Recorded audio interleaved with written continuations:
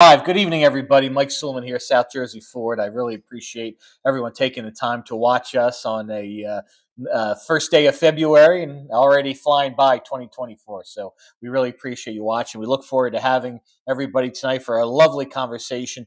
Building tomorrow, exploring manufacturing's role in Southern New Jersey. I'm really excited to have two great guests here. Peter Connolly is the CEO of the New Jersey Manufacturing Extension Program. And we also have Krista Groller, who's the COO of IPAC, a engineering or manufacturing firm right here in Southern New Jersey. So, Pete and Krista, really appreciate you coming on and talking about a nascent and great and fledgling industry that we really need to help grow in Southern New Jersey. Just for everybody's background, we did a survey a couple weeks ago, about a month ago by now, all across South Jersey. We had about 200 respondees, non-scientific survey.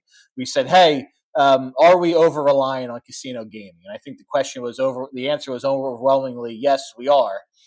We then asked, what industries should we focus on to help diversify the economy in Southern New Jersey and to, create jobs and investment? And we thought, it would be aviation. We thought it would be agriculture, and those things did come up. But far and away, the number one industry that came up was manufacturing. Residents telling us, hey, we really want policymakers to focus on the manufacturing industry to kind of diversify our economy, create jobs, create ratables, and stimulate the economy in Southern New Jersey. So, that prompted this conversation. I've told Krista and Pete before we got on the call, I'm very much a neophyte when it comes to manufacturing. I learned more in the past kind of week and a half than I've ever learned about manufacturing. And shame on me for taking so long. So I really appreciate this conversation we're going to have. So, Pete, I want to start with you. Obviously, you're the CEO of the New Jersey Manufacturing Extension Program, NJMEP. For those in the know, you may have seen Pete's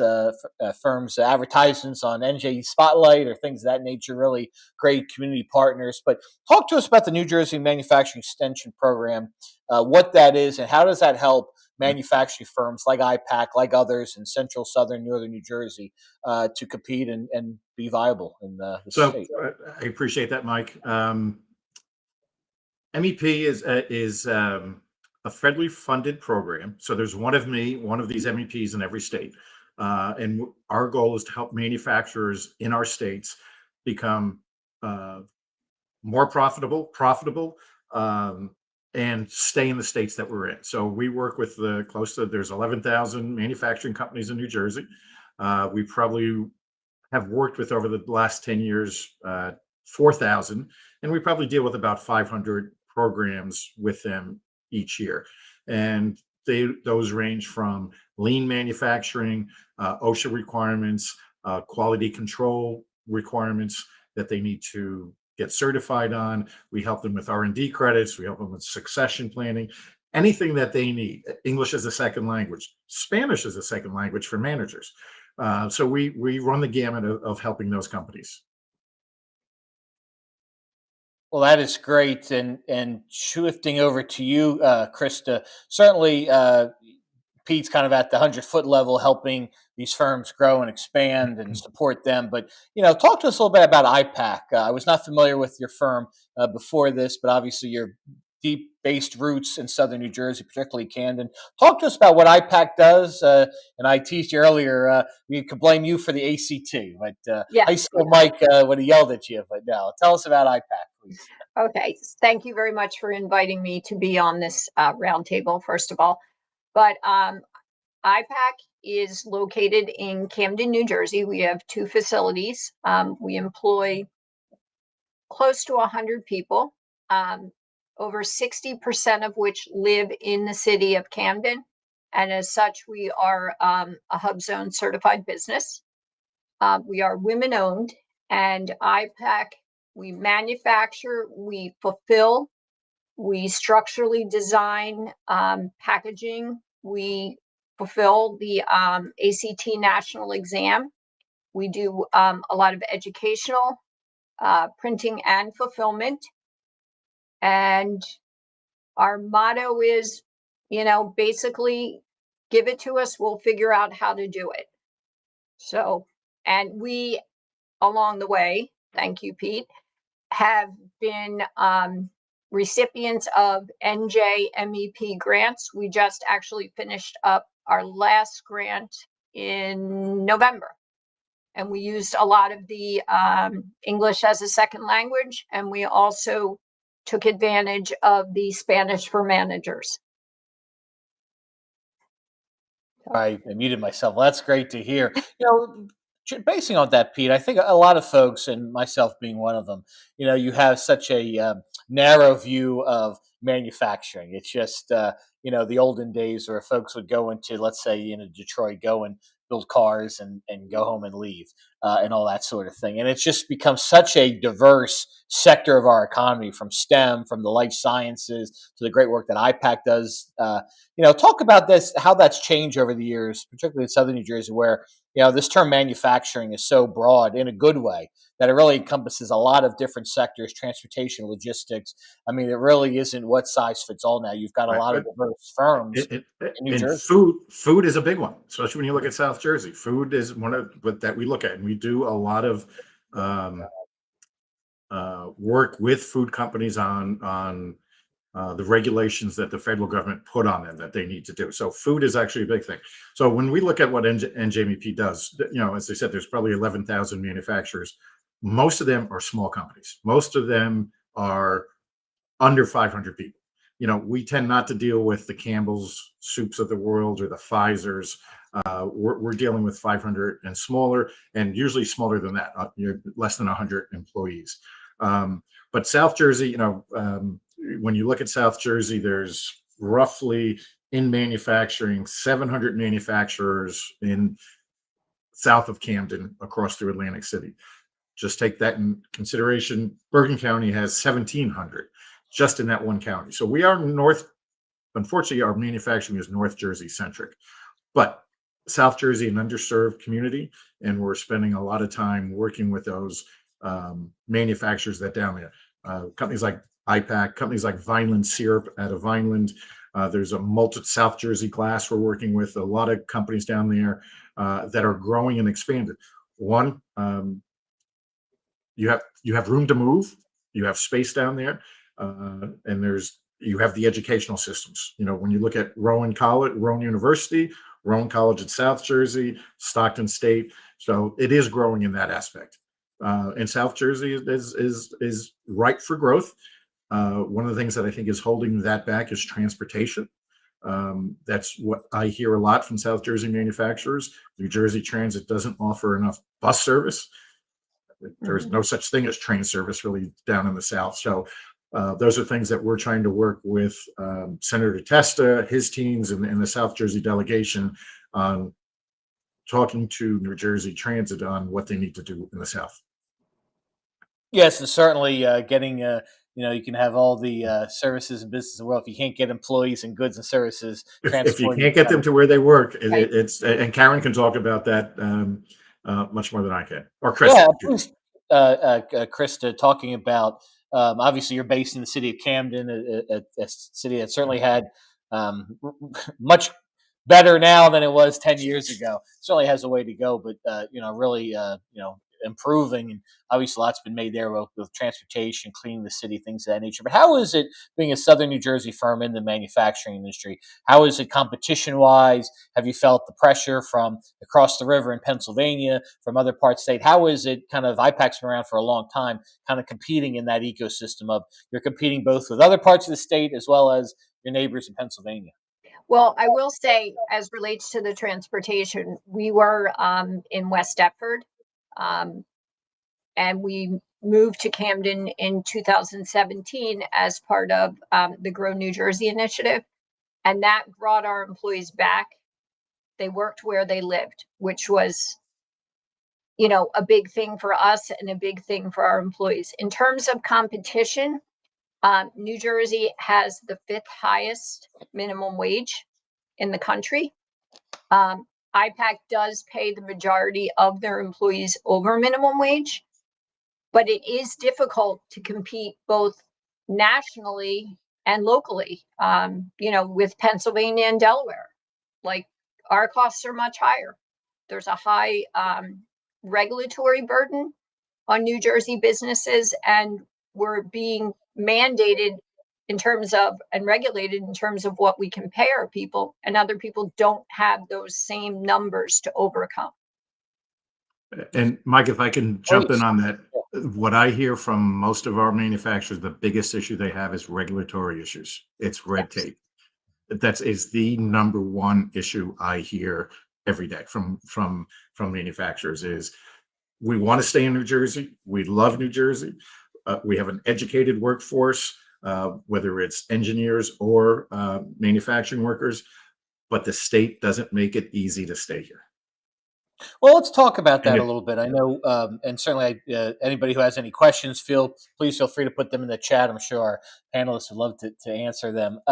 Let's talk about that regulatory framework. Certainly, that is a criticism we hear a lot of New Jersey, that it's tough to do business here, but vis-a-vis in particular with the manufacturing issue for firms that you work with, that NJMEP is also IPAC. But other specific, because one of the things we want to do with these roundtables and the reports that South Jersey Forward puts out is actually give them to policymakers, and we did that with housing. We've done that with local media. Say here's some ideas, please implement them.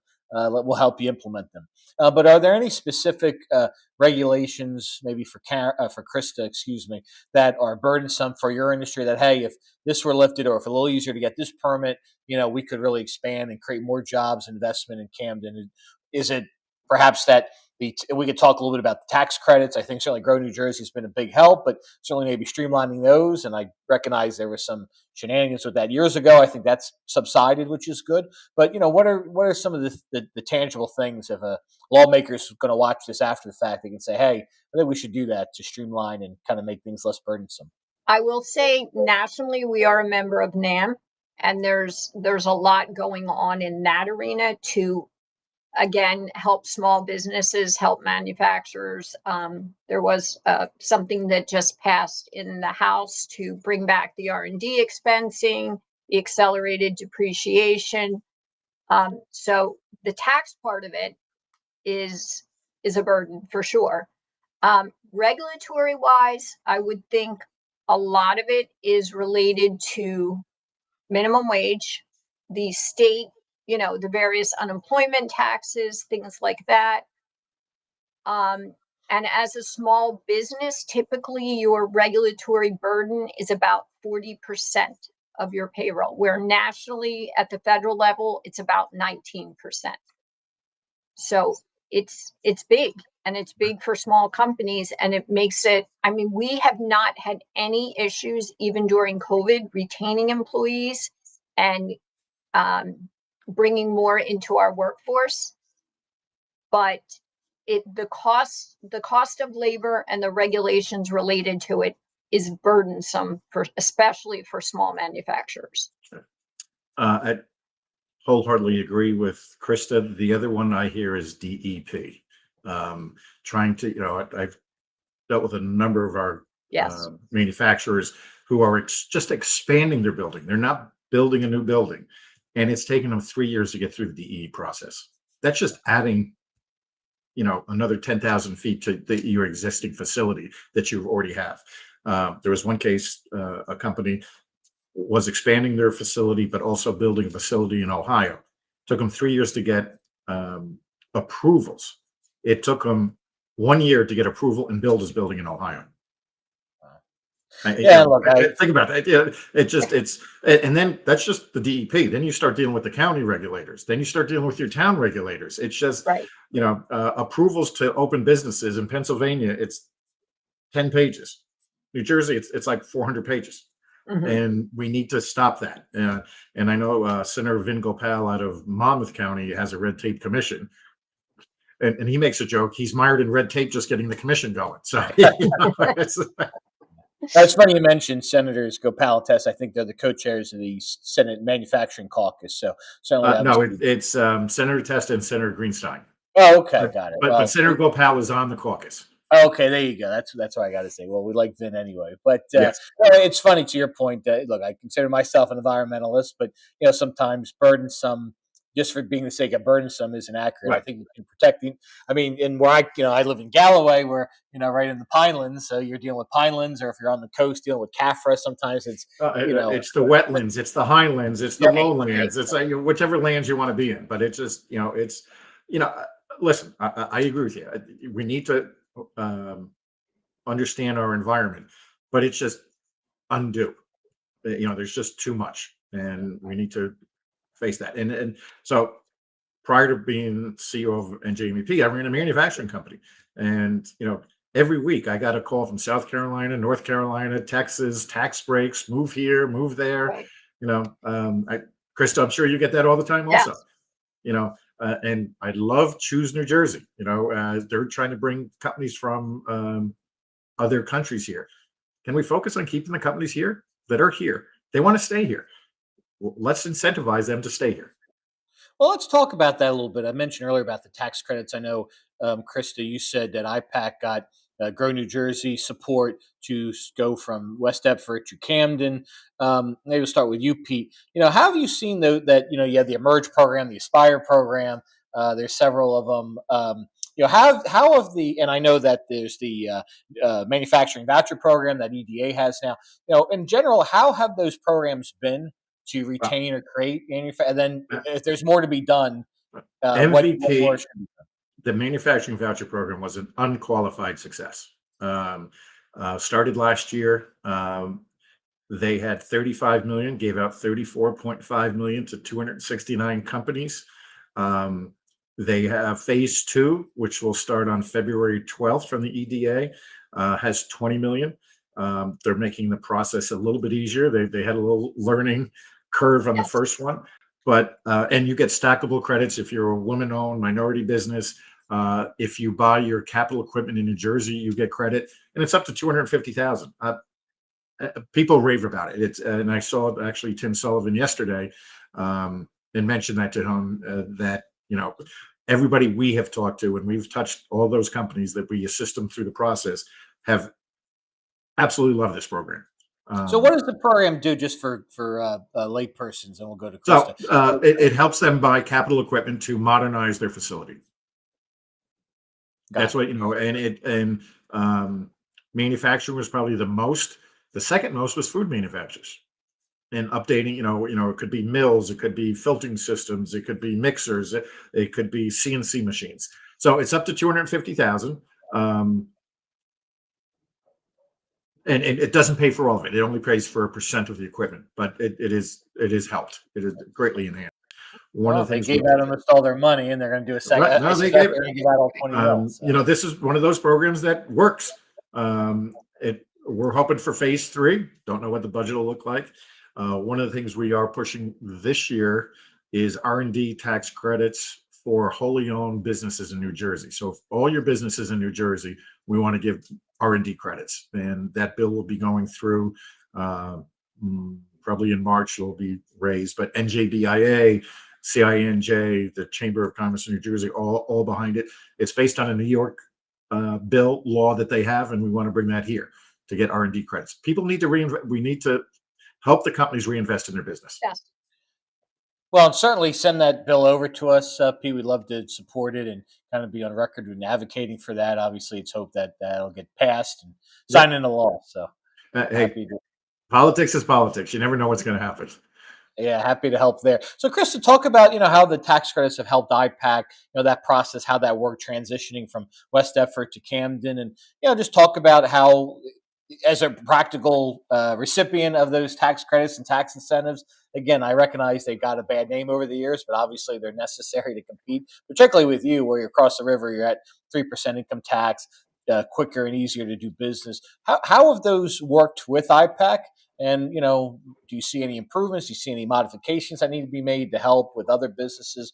How have they been a help to IPAC? It greatly helped IPAC. It did precipitate our move, and helped us, move to Camden from West Deptford. And in downtimes like COVID, we were able to keep our employees because ours is an employee headcount based tax credit program. We had a capital expenditure investment we had to make, and we did, but ours is based on employee headcount. So, when business was down, and it was down during COVID, it helped even though you don't get the advantage of the credit to the next year, it definitely helped us subsidize the cost of keeping our employees in down times. The program has had its challenges, and we have experienced those challenges along the way. And it seems like sometimes the rules change a little along the way, and we've found that from year to year. But the Grow New Jersey program was instrumental in maintaining IPAC as a company in New Jersey, because we did look elsewhere. We looked to going over the bridge. Sure. And certainly, how has it been, in the city? I mean, obviously, having a big employer like you, I mean, I consider it big. I probably, in the grand scheme of things, 100 employees in manufacturing probably isn't, probably still considered small or medium, but, to me, that's still a big employer for a city that was hurting for decades and really has seen a big turn. But how's it been in the city of Camden? What have you seen there? Obviously, we're familiar with the work that Cooper does, and we've got Holtec and NFI, but how's it been in the city of Camden for IPAC? I will say this, the city has been great to IPAC. Something simple as our road was an old cobblestone road, had giant potholes. Our employees would drive through it and get flat tires. The mayor came out, got our road paved. He came out to one of our barbecues and met with our people. We were, and overall, the city has been very supportive of our business. And we do the right thing. We employ the people from the city, and IPAC is its people. So the city, yeah, the city of Camden, and I will say there are a lot of other recipients of Grow New Jersey in Camden who are not small like IPAC, and are they employing from the community? Maybe not. But the city as a whole, the city of Camden, has been very supportive of IPAC as a business within the city and of our people. That's great. One of the things, and we put it out in anticipation of this, for those of you who want to learn more, I really recommend NJMEP's annual report. Their 2023 report Yes. was really a great guide for me, and I learned a lot. Then I had to look in Google some other things I read in there that I didn't know, and then kind of get acclimated that way. I will agree. I did the same thing. Oh, there you go. That's a, yeah. So did I. There you go. We all are looking at our cliff notes. But one of the things that's mentioned in the report, Pete, is this idea of collaboration is imperative just to advance manufacturing, the industry in New Jersey as a whole. But I kind of joke to myself, NJMEP might be tough being a referee, right? Because we need industry to collaborate, come together as an industry, support each other. But obviously you have competitors. We want to grow the manufacturing sector, STEM, life sciences, food in Southern New Jersey. Folks in Central and Northern New Jersey may say, "Oh, we don't want to lose anything up here." So how do you balance that collaboration versus, hey, we're all capitalists. It's competition. Competition is not a bad thing, but this idea of, hey, folks, rising tide lifts all boats. It's not if you talk to Michelle Zazurka of the NJBIA, that is a line that she uses. There you go. And the other line she uses, 1 + 1 = 3. And we have spent a lot of time over the last 2 years developing relationships with NJBIA, Chamber of Commerce of Southern New Jersey and Christina Rana, the African American Chamber of Commerce, John Harmon, the State Hispanic with Carlos Medina, CINJ, Tony Russo. And what we've decided, we're all pulling in the right direction, and they all get along, and we need to work together to focus the industry and manufacturing. Now, some of those chambers deal with other than not just manufacturers. They're other businesses, but they come to us and we work with them with their members to assist them. Also, you talked about the manufacturing caucus. That has really taken off. It's a bipartisan, bicameral. There's senators from both sides. There's assemblymen and women from both sides, and they've really come together to highlight the issues. One of the big issues we highlighted about a year ago was breweries. and we had breweries come in and talk to the caucus, and and they said, yeah, we need to change things, and recently passed bills that does help assist some of these breweries. But those are the collaborations that we work with, and a lot of what we do is outreach, and what I mean by that is making sure our state and federal legislators are meeting with the manufacturers in their districts. Karen, Krista, I think we've had somebody at your district. Yes, Was you it? have. Yes. Yeah. So that's one of the biggest things that we do is a little collaboration with companies and their legislators, so they know what's in their district. Yeah, I think not to put Krista you on the spot, I think it would be great maybe having a manufacturing caucus meeting at IPAC, and I'd love to. I now that we're buddies, I want to see the facility and love to check things out. So maybe highlighting IPAC, love maybe something to have in their peak would be Right. great. So there was actually a manufacturing caucus meeting yesterday in Trenton on the CHIPS Act, and both Senator and Testa said this year they want to do a roadshow. So we will make sure that happens. One of the other things we're doing and work closely with Senator Testa is we have a manufacturing day every year, first Friday in October. We find it's more North Jersey centric. It's still, and we hold it in Freehold. It's still 2 hours from somebody in Vineland to get up to Right. Freehold. So June 21st, we're hosting a southern New Jersey manufacturing Nice. day Oh wow. in Vineland at the Rowan College of South Jersey. So we want to focus those manufacturers and bring it to them, not come to us. Well, we hear that, Krista. You got your work cut out. Yes, We're yes. gonna do a road trip to you, and then we're gonna go Yeah. to Vineland on the 21st. Well, So it was funny you saying that, having a senator or whatever come to IPAC, that helped precipitate the road getting paved. He came to visit us, he rode down the road and Mm. he's like, this is insane. And he Okay. reached out to the Yeah. city and action happened and it was great. I won't take credit for that.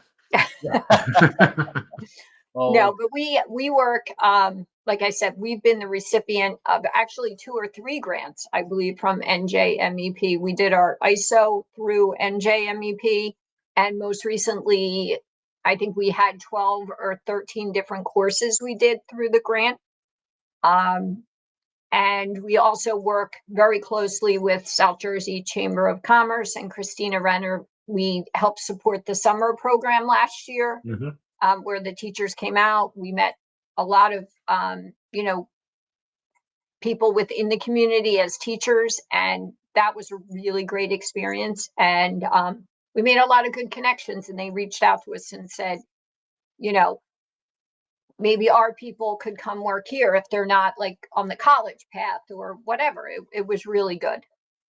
that's great. Now, shout out to Christina. Does a great job at CCSNJ. Mike Eggington, Yes. the buddy at the state chamber, does an excellent job. So I think the private sector has some great advocates. But switching gears for a second, Chris, I know one of the things we talked about last night, and I think that Pete's MEP report talks about, is this idea of women in manufacturing. And IPAC is unique because I think most of the leadership at IPAC is predominantly women, which is Yes. great. Candidly, that's not the norm, which we need to work on. So talk about kind of how that came to be at IPAC, but also any recommendations and things we can do kind of have more parity, in the industry of between males and females. Because obviously, IPAC's doing great stuff as a female minority-owned business, but it's I think the report even outlines still a lot of the leadership are still predominantly male. So how do we kind of right that inequity? I think it first starts with being a woman-owned business, but our statistics, and I did the math yesterday. 90% of our management team is women, and 71% of our overall workforce is women. Wow. And I think a lot of it is because we do hire from within the community. A lot of our manufacturing, to be honest, is hand assembly work. We offer basically unlimited unpaid PTO once they exhaust their PTO, and that enables mothers, parents in general, to be able to continue to be employed and have a very good life, work balance. And we have very long tenured employees, And I mean, as a woman and the COO of the company, yeah, the women rock at IPAC. Amen. They do. The And talk men a do little. too. The men do too. Yeah, we But don't need any more kudos. We yes, want to give, but talk a little bit. I'll dovetail from manufacturing, but talk about that hiring process. Obviously, Camden is a historically disadvantaged community. yes. Starved for jobs for decades and decades and decades. Thank God we're. But so, how does that work when you're trying to hire within? Is it job fairs? Is it advertisements? What is your kind of approach to kind of growing that work? Or when you first came there, how did that process look in 2017 when you first came Honestly, over? we brought 114 employees from West Deptford, but previous to West Deptford, we had been in Pennsauken. We do use job fairs. A lot of our employment is by word of mouth. Honestly, at one point, and there's a lot of family, at one point, myself and three of my family members worked at IPAC. They've Oh gone wow. on to other things. Um, but we have brothers and sisters, we have husbands and wives, but a lot of it is through um, job fairs, word of mouth. We also reach out to the technical schools for our machine operators. We've done a couple job fairs in Camden. We also it never came to fruition, but we were part of a program with Camden High where they want to, and we're hoping it'll happen this year, where they bring students not on the college track to see the type of work that they can do locally in manufacturing. So getting employees and retaining employees has not been a challenge for IPAC, but we go through, several different venues to get people. And I appreciate you saying that. And Pete, how is it kind of statewide NJMEP's role in kind of workforce development? Are there issues unique to South Jersey? Is it just statewide as a whole that there are challenges, aren't challenges? Obviously, we're post COVID, thank God. Yes. Folks still dealing with inflation, though, the high Yes. cost of college and alternatives to college, and maybe not even needing college with some jobs now. So, So, how has that kind of okay. workforce development So process been? And before I answer well, that, I'll just tie on to, please. Chris, that there is a lot more women in manufacturing running companies and owning companies than you think. The last 2 years, we've had a goal of women in manufacturing. We've had a number of events. We packed the room. There's 80, 90, 100. There's companies, LEM Plastics up in Morris County, Ellen Phillips. There's Zago Manufacturing, owned and operated by Gail Friedrich. There's a lot of companies out there, and you also see a lot of companies with women vice presidents, COOs. So it's big. So I just want to follow on to what Chris has said. So yeah, workforce development is an issue. There's close to 30,000 open manufacturing jobs in New Jersey. I think the key is teaching and teaching there is making known that manufacturing is a career, not just a job. There is a future. I think somebody uses a $97,000 manufacturing job. I think that's still high. It's probably in Yes. the high 60s when you factor in overtime, factor in benefits, and that 97 includes life sciences, which is a little higher, and I take life sciences out of that. People yell at me, but it's in the mid 60s. So you can come out of high school and make 50, and in a couple of years make 50, 60 grand with no college debt. So one of the programs we have with the EDA is called Makers and Creators, and we're traveling to every county, high schools in every county. We've talked to them about expanding this, and part of this we're going to pay for is we need to go to middle schools. We need to start teaching and having kids get exposed to the manufacturing careers.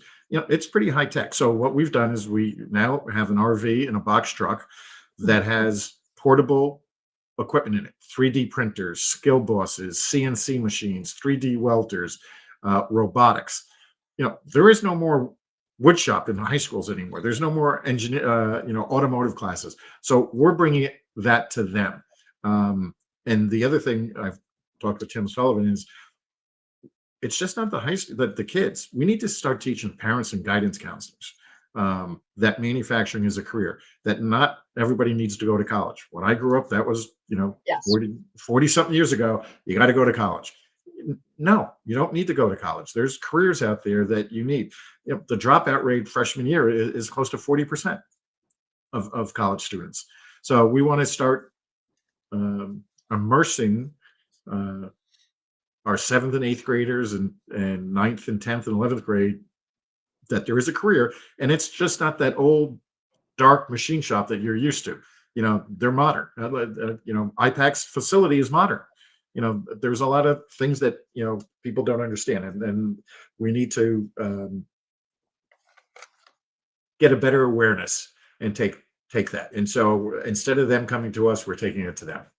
It's funny you say that because, at least in my neck of the woods, Atlantic County Institute of Technology is just growing by leaps and bounds. And they've got a waiting list of trying to get kids in there. But to your point, visiting, kids who can't get into that school for high school and encourage them to. And look, I went to college, I went to grad school, so I'm not, I Right, support the college, but listen, somebody who doesn't want to, that's not for them, and doesn't want to have the 70 grand right. in grad school debt like I do. They can get Right. right into the industry.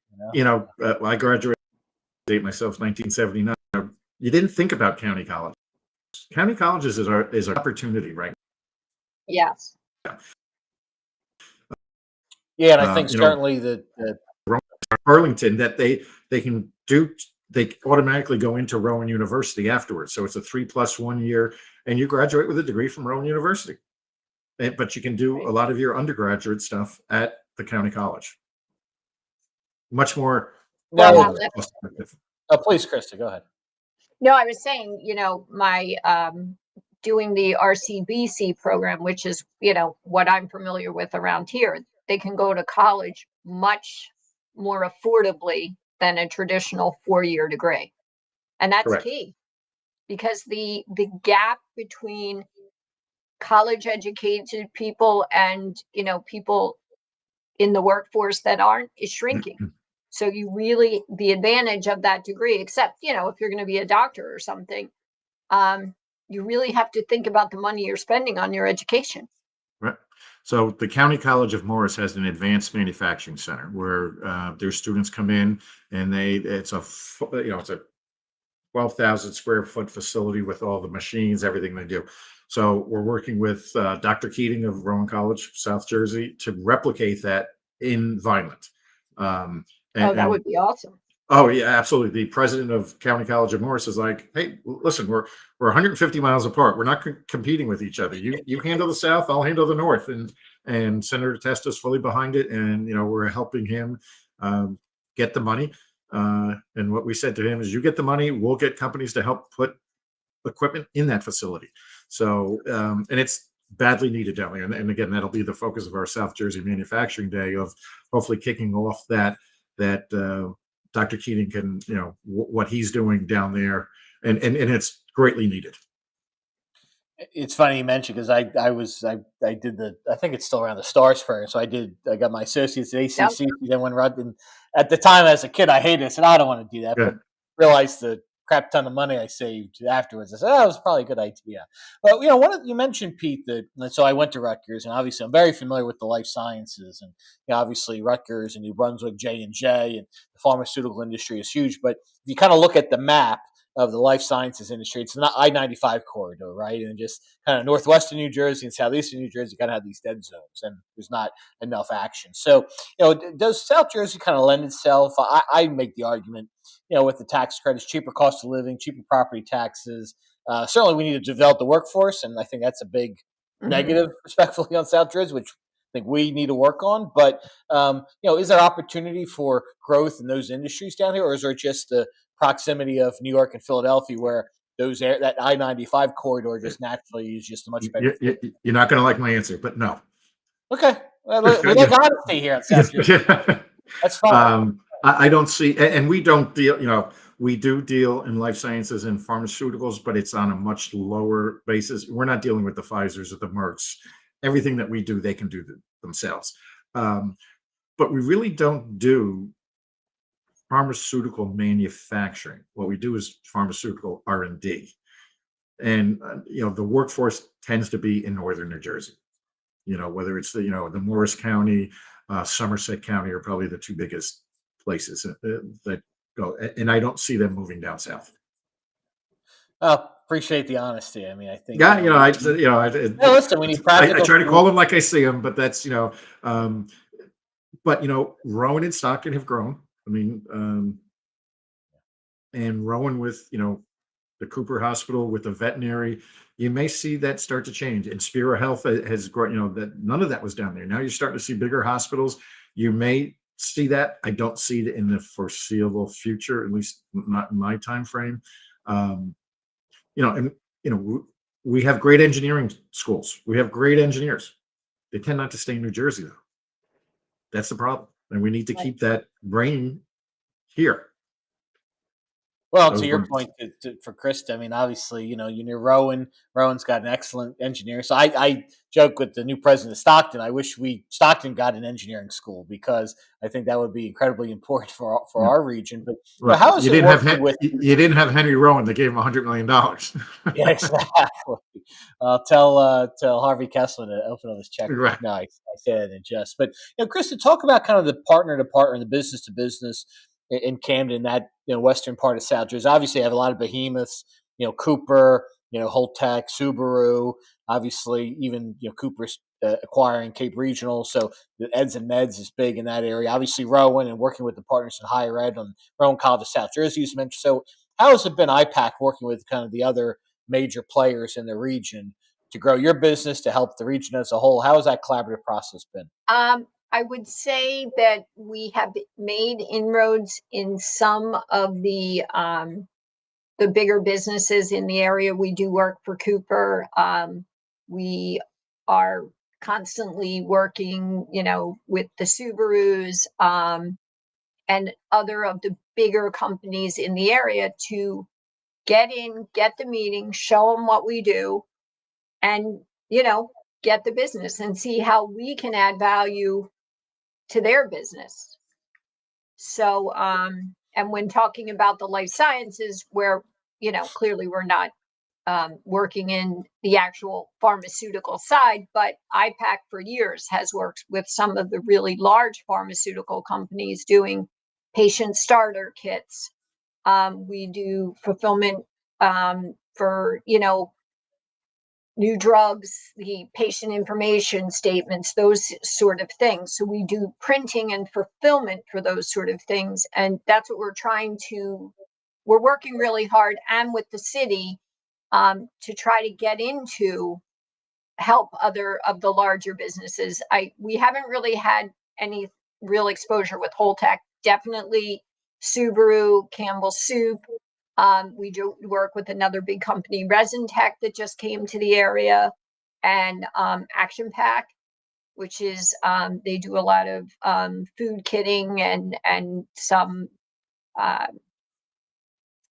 guess it's some government packaging. So yes, we're trying to collaborate with them because of the nature of our business, we're very agile.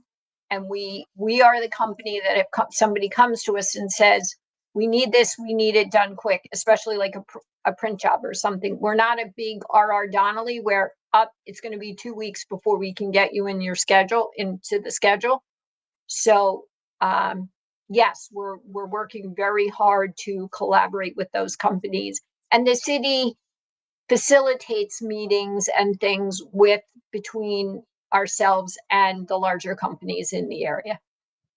One of the things we talk life sciences, and maybe it's, my big thing with South Jersey for is practice on, the art of the possible, something is or is not possible. One of the things I want to ask Pete, I was debating on whether to ask this, but it's just because it's become the third rail, at least in the PR world, is the offshore wind industry.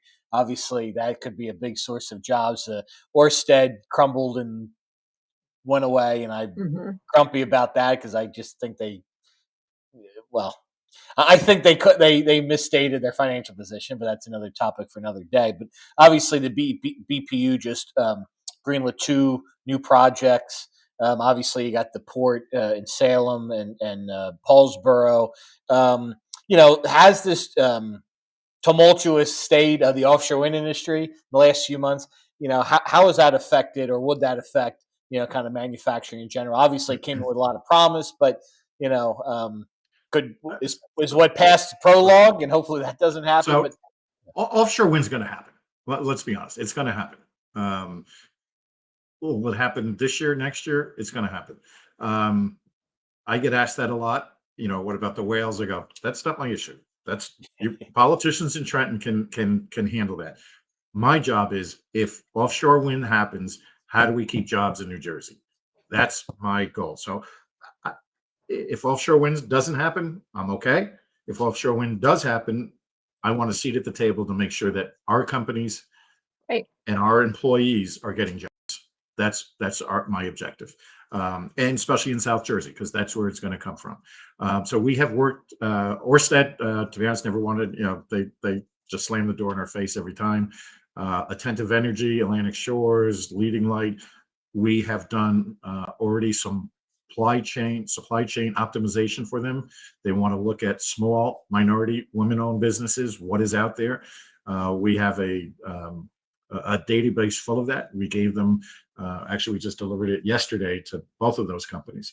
And they happen to win. And we are tied at the hip with them to provide them access to our 11,000 manufacturers in New Jersey. I think this is going to work. Orsted, I think, was well, who knows what's going to happen with Orsted, and that's not my, that's above my pay grade. But offshore wind's going to I think it's going to happen, and we want to make sure that there's jobs in New Jersey. yeah, and certainly that would affect. I know one women-owned business in Camden that would be a great Absolutely. partner, right? So Right. just to get Even ready. as a subcontractor, absolutely. Yeah. They need everything. They need ladders. They need their air conditioner. The amount of stuff, when you start to really look, and people always think it's at the mill, at the windmill. It's more land-based of all the stuff that they need to do. The transmission site as it comes from the ocean to the land, and how you get out. They need electronic components. They need a bunch of stuff. I mean, there's I think we looked at it like 4,000 different types of materials they need. They need packaging material. This can be huge. And that's not even talking the Windport and Holtec and EEW. All their facilities. Mhm. Yeah, that's why. Look, I'm loving this conversation because I'm relatively, I think, well-read person, but I'm a political neophyte, or neophyte when it comes to manufacturing. I think most folks in the general public are. I think even a lot of elected officials and policymakers. So this idea, to your point, that just at the plant, or you got the hard hats, and this kind Right. of what you see in the cartoons, idea of manufacturing just kind of blown away. This idea of kind of oh God, it was in your report, Tech 4.0 or Industry 4.0. Industry 4.0. Yeah. Yeah. So this idea, the Internet of Things and the interconnectivity and Right. AI, and like that notion of that old time 1950s stuff is out. And maybe let's talk about that, Krista, at IPAC. How have you begun, as we wrap up here, have you begun to utilize some of those technologies yet in terms of automation, AI, things or is that kind of on the horizon for? It's on the horizon, and I mean, obviously, we have to do it to remain competitive. But our mission is, as we automate, advance our manufacturing, we want to upskill our people to use the technology we're bringing in. And, that's the biggest thing. And we know that we. Oh, go ahead. I'm sorry. Please. No, I'm sorry. Go ahead. No, please finish your thought, Krista. I forget it now. I'll Sorry. take the out for that one. That's my bad. I apologize. But one Mike, thing, don't interrupt again, Mike. Don't interrupt. I won't interrupt. I was looking at my notes and I thought you were done. One of the things I'll float on there, I don't know if anybody saw this. I know I'm clueless about it. I saw the governor really made a big push for AI and partnering with Princeton. I don't know if Pete, you followed that, or Krista, if there's any opportunity there for your industries. Yeah, I was actually in the audience. Oh, there you go. AI, it's funny. Even my marketing team uses AI, and I had them write a speech for me, and it was unbelievable. I had to edit it a little bit, but it basically wrote a speech for me for something. but I think we have to be careful on how that gets implemented. And that worries me a lot. And, Princeton is a smart university, and hopefully they go through some of those issues. But advanced manufacturing, additive manufacturing, robotics is coming along very quickly. I was at a company the other day in Waldwick, New Jersey, and basically what they manufacture is caps for Dove soap, for Gerber baby food. They're producing like 8 million caps a day, Wow. and nobody is touching it. It's all done. The plastic goes into a hopper, it goes into the press, it presses it, goes into a box, the box drums down, and all they do is put tape on it. They have 7 trucks that go out every day and 7 that come in with product. 7 trucks full of all these little caps, and it's all automated. It was amazing, but you're starting to see that across the board. Robotics, and again, that's manufacturing, and we're again trying to teach students that robotics, and you know what, you need to learn that you need math.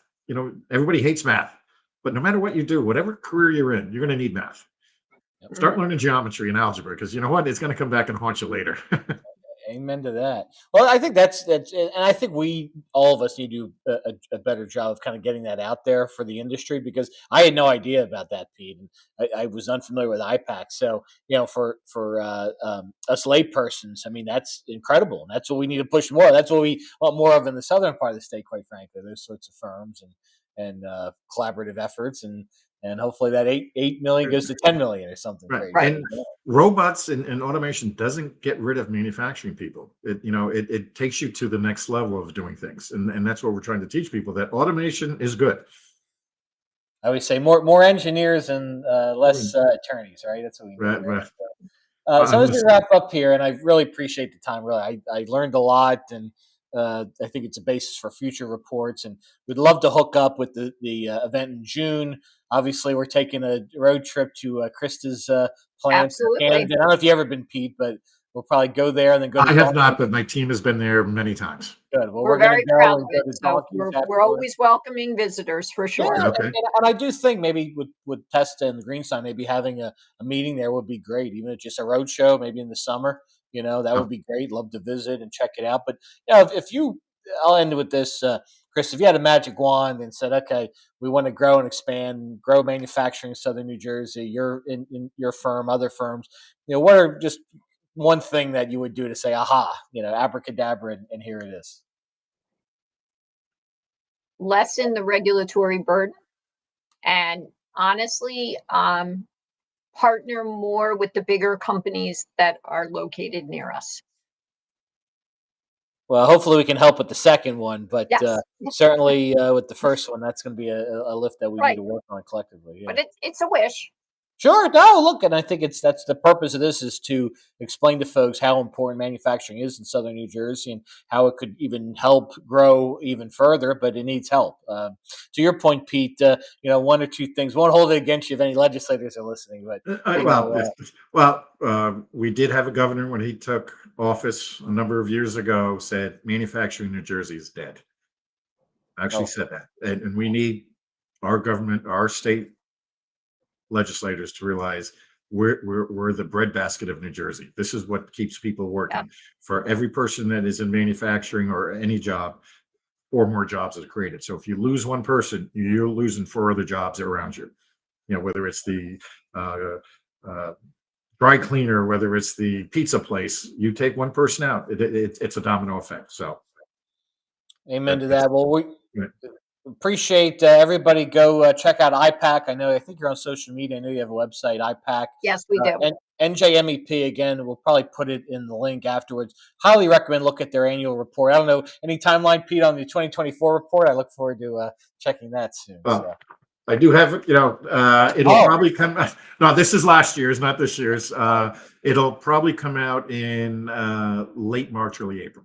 Oh, it's good. We'd love to blast that out. I'd love to take Yep. a look at No. that. Maybe we'll Yep. do this again and kind of do a deep dive on that. But really I'm busy. appreciate everybody tuning in. And Pete and Krista, thank you for joining us. And again, SouthJersey4.org, you can see our past research, and hopefully future research on this, on housing, on transportation, other great issues that really affect Southern New Jersey. And to your point, we could do a whole nother one on transportation because getting more mass transit in Southern New Jersey would be big, Yes. especially in Cumberland Yeah. County, which is such It, a it's all over. yeah. There's the light rail. Well, yes, we Yeah, need, to but be yes. continued. So, well, we appreciate everybody for tuning in. Thank you, Pete and Chris.